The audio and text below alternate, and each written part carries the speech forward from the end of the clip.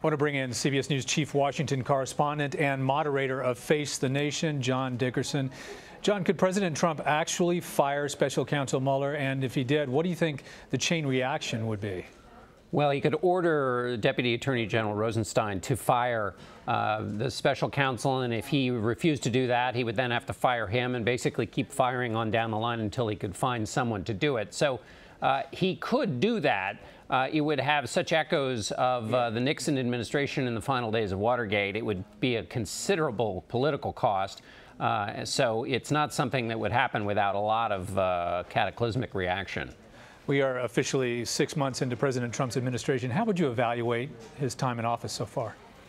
Well, it has been the disruption that he promised. Of course, disruption is often chaotic, and it has been that. He has often gotten in his own way when it comes to executing the things he wants. The travel ban that came at the beginning of his presidency has been a good example of that, where the execution of his policy has gotten in the way of implementing that policy. He's obviously had a very difficult time getting health care through, which is a challenge to two of the signature things that were a part of his candidacy: his talent as a deal maker and his talent as a marketer. The bills, both coming out of the House and the one being evaluated in the Senate, are very unpopular. So on the marketing front there, that has been a challenge. And then on the deal-making front, the president promised that he alone could pass health care reform quickly.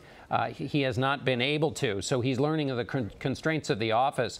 But there have been some considerable successes that don't get as much coverage. There is a lot happening at agencies, the EPA, the Food and Drug Administration, certainly at the Justice Department, that is a complete ideological reversal of what the Obama administration was doing. The president also, of course, named a Supreme Court justice. That is going to determine perhaps jurisprudence in one form or another for arguably the next 40 years. He's also naming judges to the lower courts who are not only conservatives, but who share the president's desire to dismantle what his advisor Steve Bannon calls the administrative state.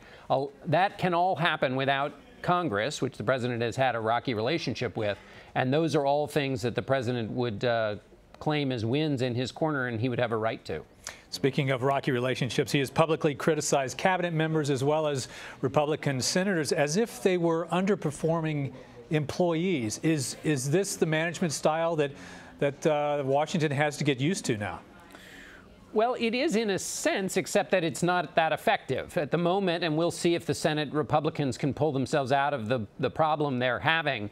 But the president's cajoling has not necessarily changed any minds, and it's also been very familiar. I mean, in the sense that he has not brought some new special third way to trying to get legislation through Washington. We saw him in the campaign do things that were quite innovative and broke lots of the rules, but they did get him elected.